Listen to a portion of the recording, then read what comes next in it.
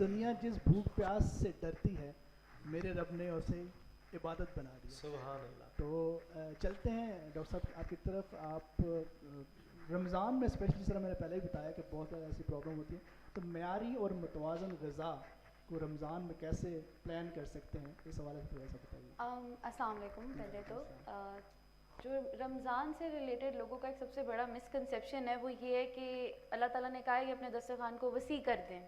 تو وہ کہتے ہیں اس دسترخوان میں دنیا کی ہر فرائیڈ آئٹم بھی آ جائے, اس کے اندر ہر طرح کی سیلڈز بھی آ جائیں, چاٹ بھی آ جائے, کھانا بھی آ جائے اور دعوتیں بھی آ جائیں. جبکہ رمضان اللہ تعالیٰ نے ہمیں اپنے سے نیچے والے طبقے کے ساتھ زیادہ کنیکٹ کرنے کے لیے اللہ تعالیٰ نے میرے خیال سے, جو میری ایک پرسیپشن ہے رمضان کی, کہ اس لیے دیا ہے کہ ہم اپنے دسترخوان میں ان لوگوں کو شامل کریں اور تھوڑا سا یہ سوچیں کہ ہم ان کی طرح اگر زندگی کا ایک بھی دن گزار سکیں تو کس طرح ہم مینیج کریں گے. تو وہ یہ ساری نعمتوں سے تو فائدہ نہیں اٹھا سکتے نا.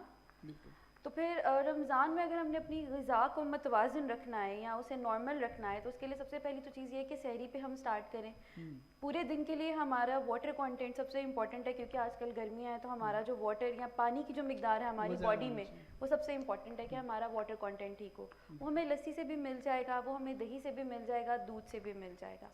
ان تینوں چیزوں کو ایک ساتھ لینے کی بجائے اور اپنی طبیعت خراب کر کے یا پورا دن سو کے گزارنے سے بہتر ہے کہ آپ کسی ایک چیز کو چوز کریں, تینوں میں سے کوئی ایک آپشن چوز کریں. اس کے بعد یہ کہ ہمارے یہاں پہ گندم کا بہت ٹرینڈ ہے کہ گندم یا روٹی یا چاول جب تک ہم نہیں کھاتے تو ہمیں لگتا ہے کہ ہم نے سحری نہیں کی.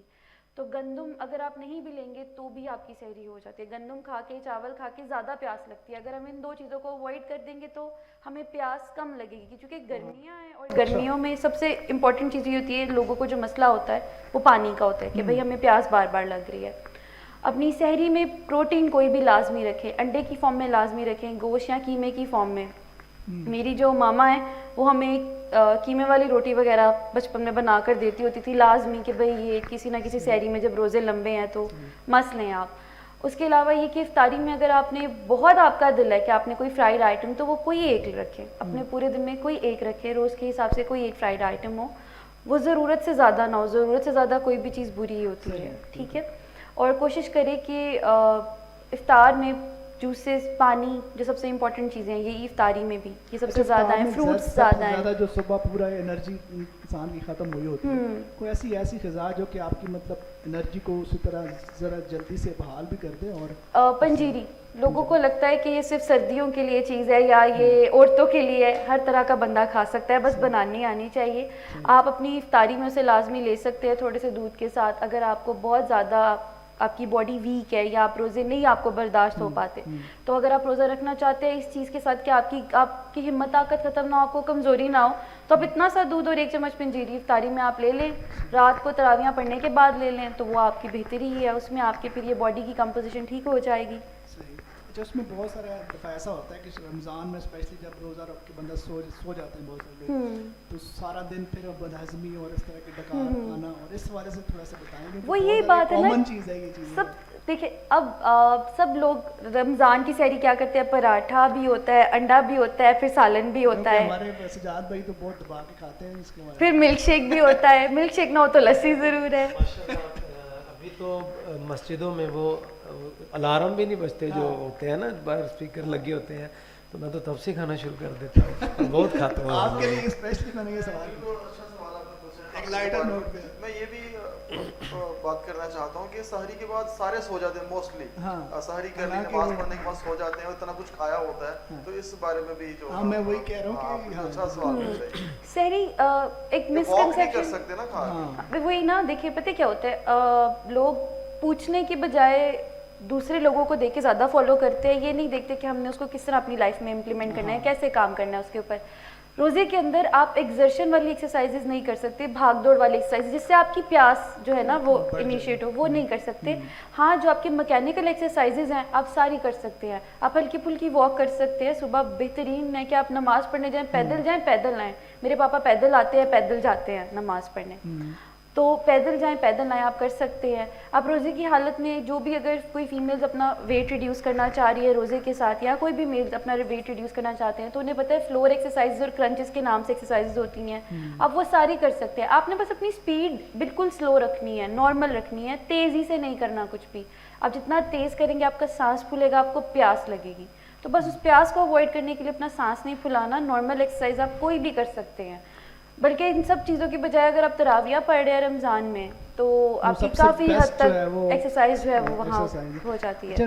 بہت as a human, as a Muslim, ہم سب لوگوں کا یہ عقیدہ ہے کہ رمضان جو ہے ہماری بہت ساری بیماری وہ ختم کر دیتا ہے. بالکل. اس حوالے سے ذرا میڈیکل حوالے سے بھی آپ ذرا بتائیے گا کہ یہ کتنا ایک ضروری ہے کہ سال میں ایک مہینہ ایسا ہو کہ جس میں انسان بھوکا رہے, اور اس کے لیے جو ہے تو وہ میں ایک اسٹڈی کر رہی تھی, اس کے اندر یہ تھا کہ مجھے بہت زیادہ کریز ہے نوبل پرائز کا, اور اللہ تعالیٰ ہمارے ملک پہ بھی ایسی کوئی کرے برکت کہ ہم بھی لے کر آئیں کوئی بھی.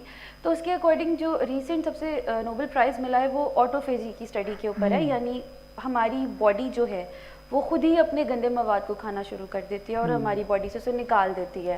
آٹوفیجی کو ٹریگر کرنے کا جو سب سے آسان اور بہترین طریقہ ہے وہ ہے فاسٹنگ.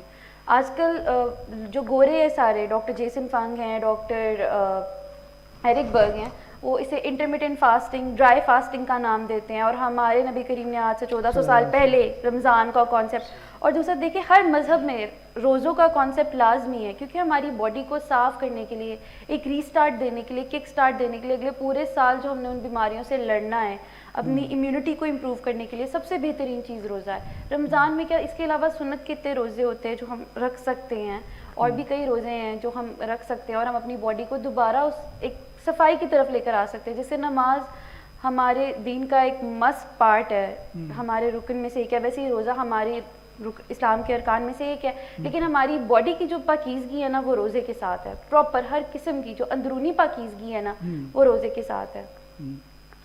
بہت شکریہ صاحب. لاما صاحب آپ کے ذہن میں کوئی سوال آ رہا ہے تو سوال ہے ضرور, کیونکہ آپ نے جو سوال اٹھایا تھا وہ بھی بڑا زبردست ایک وہ تھا. بہترین کانسیپٹ پیش کیا ہے اسلام کا, اور جو دوسرے جو ڈاکٹرز کہتے ہیں کہ یہ تو ضروری ہے روزہ اپنے جسم کو میڈیکلی انہوں نے کہا ہے کہ جو ہے وہ آپ کا بچ جاتا ہے, آپ اتنا بوجھ ڈالتے ہیں اس پہ, اس کو تھوڑا سکون مل جاتا ہے. روحانی حوالے سے تھوڑی سی بات کرتے ہیں. روزے میں جو روحانیت ہوتی ہے, جس طرح ڈاکٹر صاحب نے فرمایا کہ آپ کی بہت ساری ایسی بیماریاں ہوتی ہیں جو ختم ہو جاتی ہیں, اور وہ روزہ روحانی کون سی ایسی بیماریاں ہیں جو روزے سے ختم ہوتی ہیں؟ روحانی بیماریاں آقا اسلام نے ارشاد فرمایا کہ بعض روزے دار ایسے ہوں گے انہیں بھوک اور پیاس کے سوا کچھ نہیں ملے گا. بھوک مل گئی, پیاس ملے گی, اس کے سوا کچھ نہیں ملے گا. واٹس ریزن بیہائنڈ اٹ, راز کیا ہے, کیوں نہیں ملا؟ اس لیے کہ روزہ ہمیں سکھاتا ہے کہ ہم جھوٹ نہ بولیں, ہم غیبت نہ کریں, ہم چغلی نہ کریں, ہم لوگوں کے خلاف باتیں نہ کریں, بہتان نہ لگائیں, گالیاں نہ دیں. مطلب صرف منہ کا روزہ نہیں ہونا چاہیے. جب یہ سب یہ ہے روحانی بیماریاں, جب انسان جھوٹ بولتا ہے, غیبت کرتا ہے, چغلی کرتا ہے اور ایسے کام کرے گا تو اس کا جو دل ہے اس میں زنگ لگنا شروع ہو جاتا ہے. دل ایک صاف چیز ہے, ہم جب دودھ ڈالتے ہیں تو برتن صاف ہوتا ہے, کہ صاف برتن کے علاوہ دودھ بھی نہیں ڈالتے. تو دل جو ہے اس میں اللہ کی محبت تب آئے گی, روحانیت تب ملے گی جب یہ پاک ہوگا, جب یہ جھوٹ سے, فساد سے اور بری نگاہ سے جب یہ پاک ہوگا تو اللہ کی محبت آئے گی. تو روزے کا روحانی فائدہ یہ ملے گا کہ انسان کا جو ایک کنیکشن ہے وہ اپنے اللہ سے جڑ جائے گا, اور اللہ رب العزت سے جب تعلق جڑے گا تو ہر وہ کام کرے گا جو اس کے خالق نے اس کے لیے فرمایا ہے کہ تم نے یہ کرنا ہے, اس سے بچنا ہے. تو روزہ وہ انسان کہ جو کھانا پینا جائز ہے, ہم کسی بھی ٹائم کھا سکتے ہیں, پی سکتے ہیں, کھانا بھی جائز, پینا بھی جائز, اور بھی جو چیزیں ہیں جائز ہیں, مگر یہ جو خاص ایک ڈیوریشن ہے اس کے دوران نہ کھاتے ہیں نہ پیتے ہیں. کیوں کہ اللہ رب العزت نے فرمایا کہ روزہ میرے لیے, میں اس کی جزا دوں گا. اللہ کے ایک حکم پر ہم اپنے آپ کو حلال سے روک سکتے ہیں, تو 11 مہینے حرام سے کیوں نہیں روک سکتے؟ اس لیے انسان کو چاہیے کہ اس طرح زندگی گزارے کہ حلال سے وہ دور ہے. پانی پی سکتے ہیں مگر ہم پئیں گے نہیں, کھانا کھا سکتے مگر کھائیں گے نہیں, کیونکہ اس کے لیے رب الکائنات نے فرمایا یہ خاص وقت ہے کہ تم نے ان چیزوں سے بچنا ہے. اس لیے روزہ یہ سکھاتا ہے کہ تمہارا, جب ڈاکٹر صاحب فرما رہی تھی کہ بدن کی بیماریاں بھی دور ہوں, روح کی بیماریاں بھی دور ہوں, جب بدن اور روح کی بیماریاں دور ہوں گی تو انسان وہی بنے گا جیسے اللہ نے فرمایا انی جاعلک للناس اماما انی جاعل فی الارض خلیفہ. پھر ایسا انسان ہوگا کہ جس کا جسم بھی اچھا ہے, جس کی روح بھی اچھی ہے. آج ہم نے طرح طرح کی غذائیں کھاتے ہیں, سیاد نقشبندی صاحب موجود ہیں, جو فاسٹ فوڈ کی بات بھی کر لیں, مرغن چیزوں کی بات بھی کر لیں, بہت کھاتے ہیں. جسم ہمارا پل رہا ہے, جسم سٹرونگ ہو رہا ہے, ہمارے اندر روح بھی ہے. انسان فقط جسم کا نام نہیں, روح اور جسم, کیونکہ روح جب جاتی ہے تو انسان مر جاتا ہے, مردہ ہوتا ہے, اس کو پھر میت کہتے ہیں.